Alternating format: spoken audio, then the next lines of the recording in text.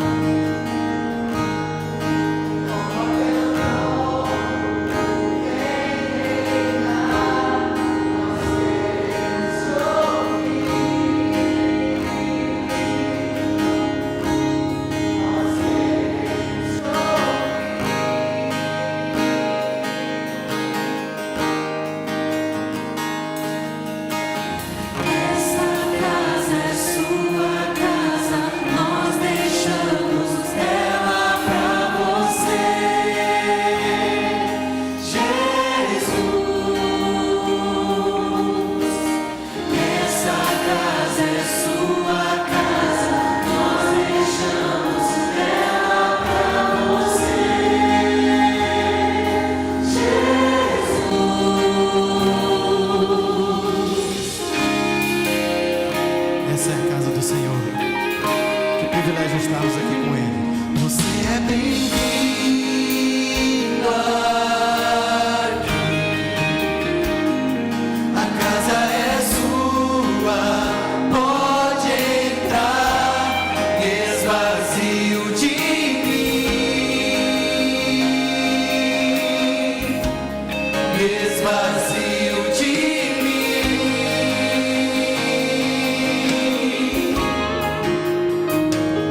Sopra teu vento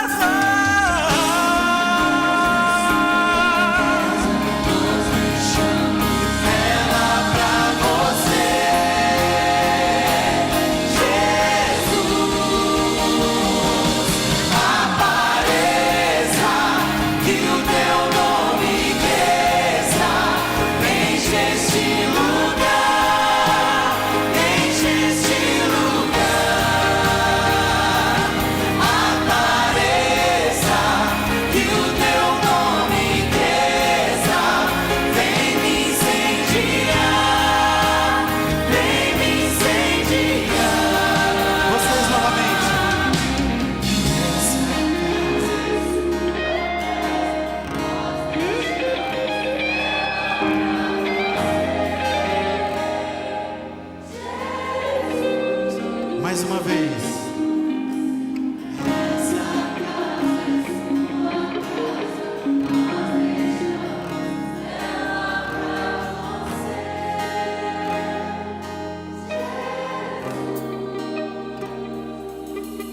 O Espírito Santo de Deus está neste lugar, amém? Você pôde louvar com a gente e que maravilha é poder cantar louvores ao nome de Deus. Eu queria nesse momento lembrar que você está na Semana Santa, Restaurados em Cristo, da comunidade Ser. Ontem nós tivemos o pastor Charles, na quarta-feira o pastor Ronivon, e hoje nós teremos a presença do pastor Arilton Oliveira, trazendo a mensagem O Sangue de Jesus Tem Poder. Mas antes dele entrar e pregar, eu queria te lembrar que amanhã, sábado, nós estaremos realizando a nossa Santa Ceia. E como vai funcionar a nossa Santa Ceia? Bom, a partir das 8h30 até as 10h30, aqui no estacionamento da nossa comunidade, nós estaremos distribuindo o pão e o suco. Você vem com o seu carro, retire os emblemas e volta para sua casa. Porque a partir das 11 nós estaremos juntos com a Palavra de Deus e também a nossa Santa Ceia nas casas pelo YouTube. Não deixe de participar. Se programe para que você não perca essa bênção. E agora nós iremos ficar com a Palavra de Deus. Que Deus abençoe a todos. Olá, queridos amigos da comunidade Ser. Olá, pastor Jairinho. Que alegria poder estar me dirigindo a vocês nessa sexta-feira para juntos termos um momento de estudo da Palavra de Deus. Vocês estão nesse projeto especial de Semana Santa, né? Restaurados. E eu tenho a alegria de hoje poder partilhar com vocês a mensagem da Palavra de Deus. Hoje, sexta-feira, foi um dia onde todo mundo parou, nossa mente se volta para a Páscoa, para a Sexta-feira Santa, para um momento de reflexão a respeito do grande sacrifício de Cristo em favor de todos nós. Alguns se abstêm de carne nesse dia, outros comem apenas peixe, vários rituais envolvem esse dia, mas a pergunta que eu queria responder na nossa reflexão de hoje é: o que existe de santo na Sexta-feira Santa? É isso que eu queria conversar um pouquinho com vocês a respeito desse tema, tá bem? Eu tive a alegria já de estar aí com vocês nessa comunidade alguns anos atrás, e se Deus conceder com a sua bênção que logo passe essa pandemia, Deus nos dirige em tudo, né? Logo, logo a gente vai estar de volta aí com vocês, para juntos podermos adorar a Deus e estudarmos sua palavra, tá bem? E eu queria convidar você a nós estudarmos um pouquinho mais esse tema, o que existe de santo na Sexta-feira Santa. Antes, porém, se você me permitir, eu queria orar com você mais uma vez. Podemos orar? Nosso Pai querido, muito obrigado por estarmos reunidos para estudarmos a Tua Palavra. Que o Teu bom e Santo Espírito nos abençoe e nos use a todos agora, e que nós possamos compreender a Tua voz a nos falar. Oramos em nome de Jesus. Amém. Pois bem, a minha Bíblia está aberta aqui, diante de mim, espero que a sua também esteja aí com você. O que existe de santo na Sexta-feira Santa? Infelizmente, essa data virou uma data maiormente comercial, onde muito se fala em coelhos de Páscoa, ovos de chocolates, e o mercantilismo toma conta e às vezes rouba a cena do momento em que de fato deveríamos estar refletindo a respeito do sacrifício de Jesus e do grande amor que Ele tem por todos nós. Mas eu queria convidar você a nós voltarmos lá no passado e começarmos a nossa reflexão no livro de Gênesis, o livro das origens. E eu queria convidar você para ler comigo aqui, Gênesis, no capítulo 15. Se você puder abrir a sua Bíblia comigo aí. Gênesis no capítulo 15. No capítulo 12, Deus faz ali uma aliança com Abraão. Você está lembrado que Deus prometeu que faria de Abraão uma grande descendência. Ele abençoaria a descendência de Abraão para que através dela toda a terra fosse abençoada. Então Deus faz no capítulo 12 um pacto com Abraão, e da sua descendência viria o povo de Israel, o povo de Deus, a nação de Israel, o povo de Deus do Antigo Testamento. Mas já aqui em Gênesis 15, no versículo 12 e 13, Deus faz uma revelação muito interessante para Abrão, ainda Abrão, que nem pai era. Mas Deus diz assim, Gênesis 15, verso 12, ao pôr do sol, caiu profundo sono sobre Abrão, e grande pavor, e cerradas trevas o acometeram. Então lhe foi dito, sabe com certeza que a tua posteridade será peregrina em terra alheia, e será reduzida à escravidão, e será afligida por 400 anos. Interessante que Deus ele conhece o futuro como se fosse o passado. Nada escapa aos olhos do Senhor. E antes mesmo que Abraão tivesse Isaque, o filho da promessa, Deus já havia antecipado que os descendentes dele seriam escravos em terra distante e por 400 anos eles estariam lá. Você conhece a história? Abraão gerou a Isaque, Isaque gerou a Jacó, Jacó teve 12 filhos, um desses, José. José ali tornou-se o preferido, de Jacó, por ser ele filho de Raquel, a mulher a quem ele amava. E toda essa preferência levou a um ódio dos irmãos. Bom, a história você conhece. Finalmente José foi vendido como escravo para uma caravana de ismaelitas, foi parar no Egito, foi preso, acusado injustamente, 2 anos de cadeia.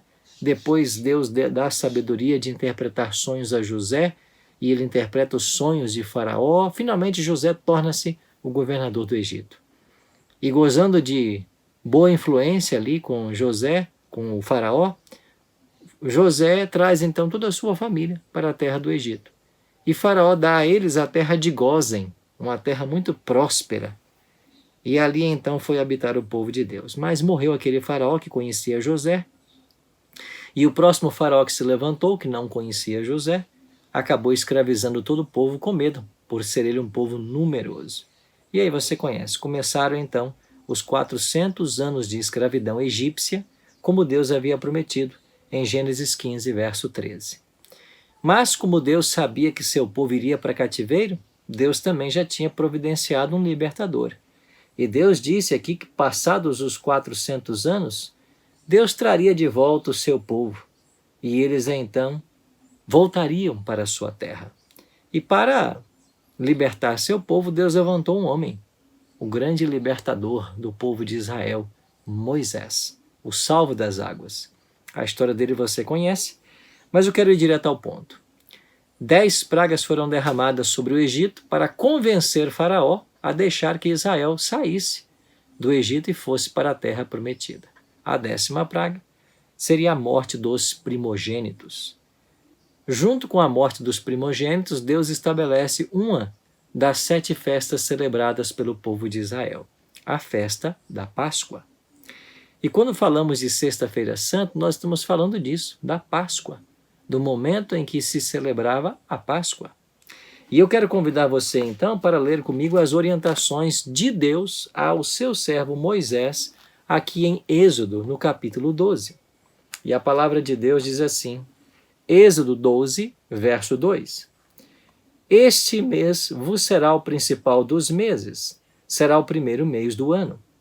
Falai a toda a congregação de Israel, dizendo, aos 10 deste mês, cada um tomará para si um cordeiro, segundo a casa dos pais, um cordeiro para cada família. Verso 5. O cordeiro será sem defeito, macho de 1 ano, podereis tomar um cordeiro ou um cabrito. Verso 6. E o guardareis até o 14º dia deste mês. E todo o ajuntamento da congregação de Israel o imolará no crepúsculo da tarde. Tomarão do sangue e o porão em ambas as ombreiras e na verga da porta, nas casas em que o comerem. Naquela noite comerão a carne assada com pães asmos e ervas amargas a comerão. Versículo 10 e 11. Nada deixareis dele até pela manhã. O que, porém, ficar até pela manhã, queimá-lo-eis. Desta maneira comereis lombos cingidos, sandálias nos pés e cajados nas mãos. Comê-lo-eis à pressa, é a Páscoa do Senhor. Aqui nós temos o estabelecimento da Páscoa, de uma das 7 festas celebradas pelo povo de Israel. As orientações foram claras. No 10º dia do primeiro mês, e este primeiro mês passará a ser o principal dos meses, vocês vão, cada família, separar um cordeiro. Pode ser um cordeiro ou pode ser um cabrito. E vocês vão guardar esse animal até o 14º dia. No dia 14, ao crepúsculo da tarde, ou seja, próximo ao pôr do sol, cada família de Israel deveria imolar o cordeiro. Essa carne deveria ser assada e naquela noite eles deveriam comer a carne com pães asmos e ervas amargas. E ao comerem do cordeiro pascal, eles já deveriam ter as mochilas prontas e o cajado na mão. E eles deveriam comer a carne às pressas. Por quê? Porque logo eles sairiam do Egito. Deus orientou Moisés, o povo seguiu. Mataram o cordeiro no dia 14, pegaram do sangue desse cordeiro e colocaram nos umbrais das portas. Quando foi meia-noite, depois deles comerem a Páscoa, o anjo da morte passou pela terra do Egito. Em toda casa que o anjo chegava e ele encontrava o sangue do cordeiro, o anjo pulava essa casa, passava por cima dessa casa. Essa expressão passar por cima, em hebraico, pessá, ou pechá, como alguns dizem, significa Páscoa. Esta é a pessá do Senhor, a Páscoa. Então, quando o anjo da morte chegava e encontrava o sangue, ele não entrava nessa casa, ele pulava. Mas na casa onde não havia o sangue, o anjo entrava e tirava a vida do primogênito. Esta palavra hebraica foi traduzida para o português como Páscoa. Para o inglês, o sentido é mais próprio, Passover. Passover em inglês significa literalmente passar sobre. Isso é Páscoa. O anjo ignora a casa onde há o sangue. Quando o povo de Israel celebrou essa festa, e naquela mesma noite eles deixaram a terra do Egito, liderados por Moisés, eles estavam todos conscientes de que esse sangue do cordeiro derramado era um tipo do Messias que viria derramar o seu sangue para salvar a vida de todos eles. E a partir desse momento, eles começaram a crer na Páscoa. Eles começaram a praticar essa cerimônia, esta festa, todos os anos, esperando logo que o Messias viesse. Passados vários séculos de celebração, de acordo com Gálatas 4:4, vindo à plenitude do tempo, Deus enviou seu Filho, nascido de mulher. Seguindo o calendário que Deus já tinha estabelecido, chegou o momento de Jesus nascer. Quando Cristo completou 30 anos, ele foi batizado e começou o seu ministério. De acordo com a profecia de Daniel capítulo 9, versos 24 a 27, o ministério de Cristo deveria durar 3 anos e meio. Daniel diz que ele faria aliança com muitos por 1 semana, 7 anos, mas na metade da semana faria cessar o sacrifício contínuo. Jesus foi batizado no ano 27 e 3 anos e meio depois, ou seja, no ano 31, chegou o momento dele ser crucificado. E agora eu queria voltar com você para o calendário. Vamos pensar na última semana de Cristo. Você está lembrado de que Deus orientou Moisés aqui em Êxodo capítulo 12 que o cordeiro deveria ser separado no 10º dia do primeiro mês, que era o mês da Páscoa, chamado de Abib? Está lembrado? Pois bem, quando chegou o 10º dia do primeiro mês, do mês da Páscoa, no ano 31, Cristo também se separou como cordeiro pascal. Talvez você não tenha feito a ligação dos fatos ainda, mas eu vou tentar te ajudar. No domingo, Jesus entrou montado num jumentinho na cidade de Jerusalém. Interessante que, até hoje, a Igreja Católica Romana celebra o Domingo de Ramos. E eles estão certos em afirmar que foi no domingo que Jesus entrou montado em um jumentinho em Jerusalém. E as pessoas colocaram ali suas vestes, ramos de palmeiras, para que o jumento pisasse. Eles estavam aclamando Jesus como rei. A Bíblia diz que Jerusalém, toda a cidade, entrou num alvoroço tão grande por causa disso, porque havia uma expectativa muito grande por parte da nação judaica de que o Messias seria coroado e iria tirar os romanos do poder e colocar Israel mais uma vez como cabeça de todas as nações. É por esse motivo que a cidade estava em alvoroço, diz a Bíblia. Aquele dia de domingo, em que Jesus entra em Jerusalém, montado no jumentinho, era o dia 10 do primeiro mês, do mês de Abíbe. Era nesse dia que o cordeiro deveria ser separado. E o interessante é que toda a cidade estava em alvoroço e eles esperavam coroar a Cristo, porque havia uma profecia messiânica que dizia que ele viria montado em um jumentinho. Esse era o Messias tão esperado. Mas na hora que todos estavam prontos para coroar a Cristo, ele desaparece. Ele não aceita ser coroado. A escritora norte-americana Ellen G. White, comentando a respeito desse fato, ela diz que Cristo, naquele momento, ele mesmo colocou-se à parte como oblação, como sacrifício. Ele se separou como cordeiro pascal. No dia em que o cordeiro era separado, Jesus se separou. Esse era o domingo, dia 10 de Abíbe. Isso quer dizer que a segunda-feira foi dia 11, a terça foi 12, a quarta foi 13 e a quinta foi 14. Na quinta-feira, dia 14 de Abíbe, próximo ao pôr do sol, o cordeiro pascal tinha que ser morto. Você se lembra das orientações que Jesus deu aos discípulos quando ele disse: vão e preparem a Páscoa? Peçam a um senhor um cenáculo emprestado.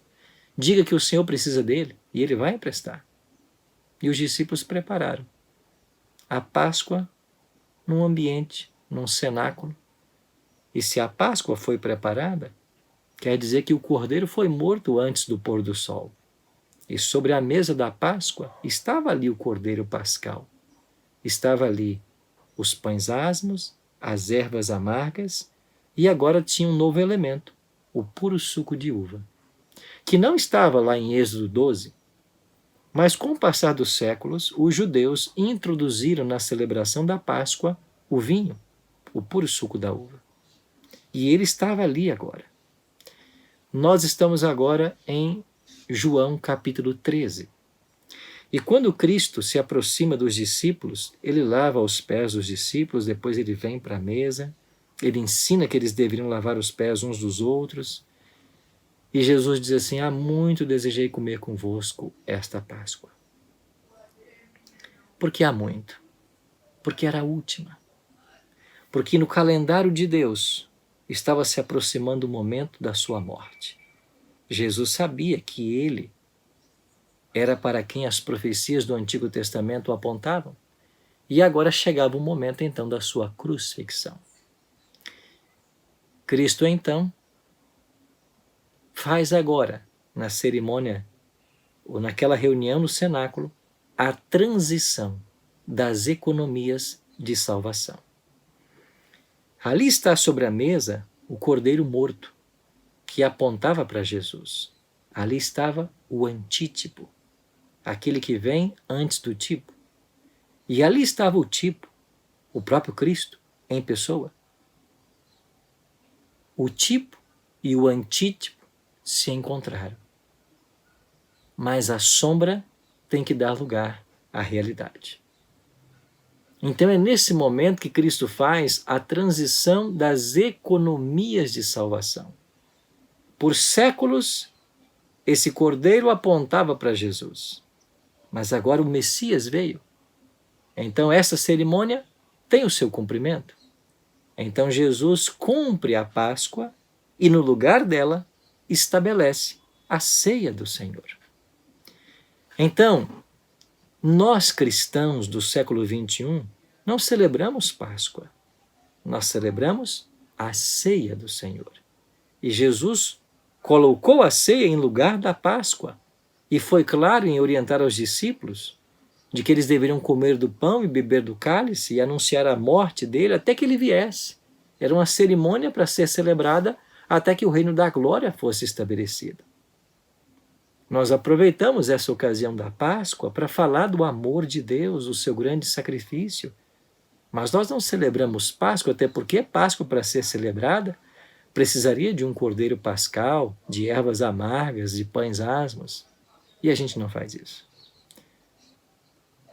Mas naquela quinta noite, e se era quinta noite, já era dia 15, porque o cordeiro morria no dia 14. O dia 14 terminou ao pôr do sol. Eles comiam a carne na noite do dia 15. Então a sexta-feira da crucifixão foi uma sexta, dia 15 de Abib. Terminado a Páscoa, Jesus cantou um hino com os discípulos. É a única vez que a Bíblia menciona ter Jesus cantado. E depois de ter cantado esse hino, eles foram para o Monte das Oliveiras. Você sabe que hino Jesus cantou? Ellen G. White diz que Jesus cantou o Salmo 117. É um salmo que é o menor salmo dos 150 salmos. É o menor salmo. E esse salmo fala da fidelidade e da misericórdia do Senhor. Depois de haver cantado o Salmo 117, eles foram para o Monte das Oliveiras e ali, no jardim do Getsêmani, Jesus passou por toda a agonia e foi ali que ele foi preso pelos soldados romanos, orientados por Judas. Na madrugada, ele foi levado para Anás, Caifás, injustamente julgado e condenado. Foi surrado, bateram nele, arrancaram suas vestes,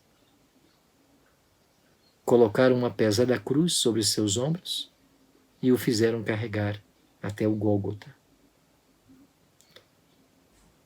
Às 9 da manhã, é isso que a Bíblia ensina, às 9 da manhã, no exato momento em que o cordeiro, o sacrifício contínuo ou diário, estava morrendo lá no santuário, Cristo estava sendo crucificado no Calvário. Ele veio cumprir toda a tipologia das cerimônias, das festas e dos rituais do santuário. E no momento do sacrifício matinal, 9 da manhã, Jesus foi crucificado. Ao meio-dia, 3 horas depois, houve densas trevas sobre a terra. As trevas cobriram tudo até às 3, às 15 horas. E quando foi às 15 horas, Jesus bradou: Pai, em tua mão entrego o meu espírito. E dito isto, expirou. Ele foi crucificado na hora do sacrifício matutino e ele morreu na hora do sacrifício vespertino, exatamente às 3 da tarde, na hora em que morria o cordeiro na tarde. Cristo tinha um dia marcado para morrer. Era uma sexta-feira, 15º dia do ano 31. Isso estava marcado lá em Daniel capítulo 9. E ele deveria morrer cumprindo a tipologia do santuário. Crucificado às 9, morto às 15. Passou 6 horas numa cruz. E nestas 6 horas, demonstrou amor, empatia, preocupação com sua mãe, com o discípulo amado, com o ladrão que do seu lado estava. Mesmo na hora de maior sofrimento e dor, Jesus nunca perdeu o cuidado, o amor, o zelo que ele tem para com cada filho, para com cada filha. O que existe de santo na Sexta-feira Santa? Não são troca de ovos de chocolate. É a morte de um santo. De um santo que deixou os céus e veio a esse mundo dar a vida por mim e por você. Antes que terminasse aquela sexta-feira, antes que os últimos raios de sol poente descessem no horizonte, Jesus já estava na sepultura de José, com os braços cruzados sobre o peito. Ele havia completado sua obra de salvação. E no sábado, no 7º dia, ele estava descansando. Assim como Cristo criou o mundo em 6 dias e descansou no 7º, ele concluiu sua obra de salvação numa sexta, ao morrer sobre a cruz. E no sábado, ele descansou.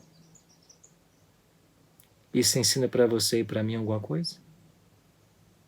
Ensina? Há uma santidade no 7º dia. E é por isso que nós, adventistas, nos reservamos do trabalho nesse dia, dos estudos, das coisas seculares, para que a nossa mente se concentre em Deus e em suas obras. O que há de santo na Sexta-feira Santa? A morte de um santo. O apóstolo Paulo, posteriormente, escrevendo aos Coríntios, na sua primeira carta, capítulo 5, verso 7, Paulo diz: lançai fora o velho fermento, para que sejais massa nova, como de fato sois, fermento, sem fermento. Pois também Cristo, nosso Cordeiro Pascal, foi imolado. Quem é Cristo? É o nosso Cordeiro Pascal. Mas eu queria, amigos, concluir essa breve reflexão com um último pensamento. Pastor Arilton, o Cordeiro Pascal não morria no 14º dia? Então Cristo não deveria ter morrido na quinta-feira, dia 14, e não na sexta, dia 15? Talvez você já se fez essa pergunta. Acontece que quando Cristo veio, ele veio para cumprir toda a tipologia do santuário. Não apenas a morte do Cordeiro Pascal, mas a morte de todos os animais que eram sacrificados. Todos apontavam para ele. E quando nós lemos Paulo falando de Cristo como Cordeiro Pascal, Paulo não associa o sacrifício de Cristo, a morte dele como Cordeiro, na sexta-feira. Ele associa com a cerimônia da ceia. Porque Paulo fala em 1 Coríntios 5, verso 7, lançai fora o velho fermento, para que sejais nova massa, massa sem fermento. Ele está associando as celebrações da ceia do Senhor. Ele está nos remontando àquela quinta-feira à noite. Então Cristo, ele é crucificado no mesmo dia em que a Páscoa era comida. E ela era comida no dia 15. Assim, cumprindo todo o simbolismo do Antigo Testamento, nós podemos afirmar que na ceia, Cristo é o nosso Cordeiro Pascal. Quando ele foi preso por Judas, e essa prisão aconteceu à meia-noite, na mesma hora em que morreram os primogênitos do Egito, ele ali é o nosso primogênito, aquele que morre em nosso lugar. E quem é Cristo na cruz?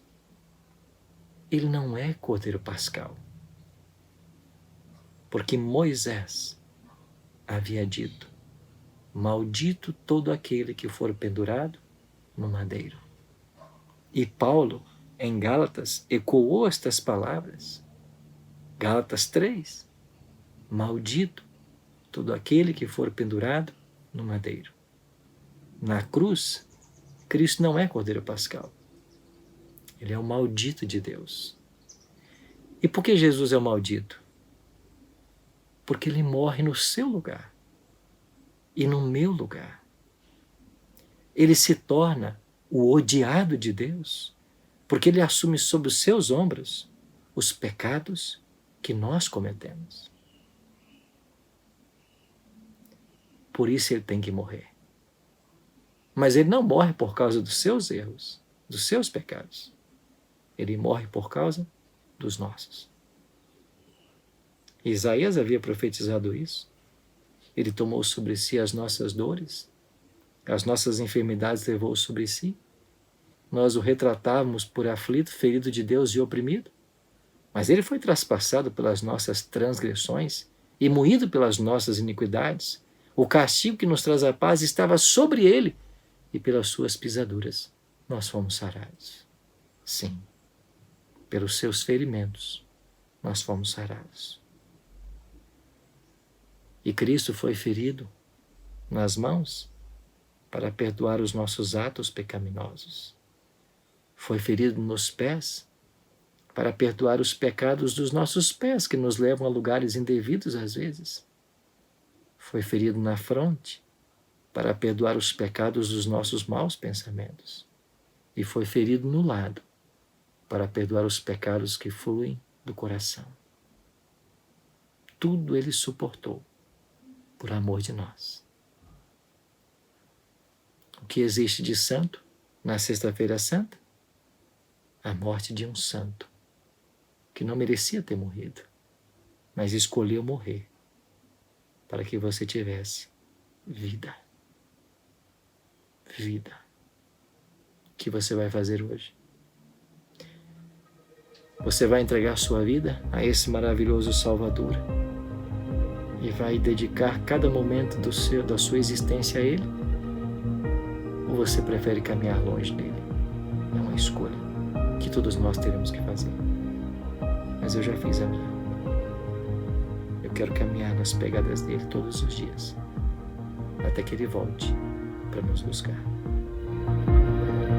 Tu és a minha luz, a minha salvação, e a ti me renderei. Se ao teu lado estou, seguro em tuas mãos, eu nada temerei.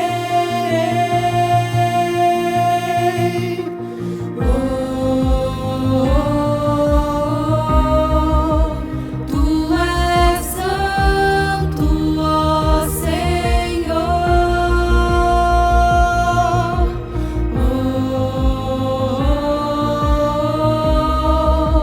Tu és digno de louvor.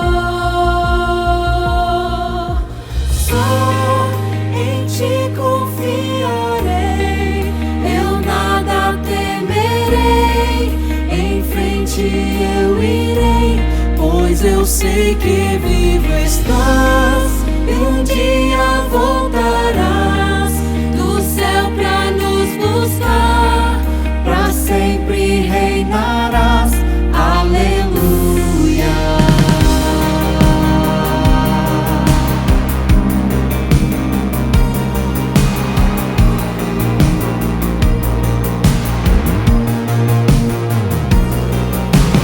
Tu és a minha luz, a minha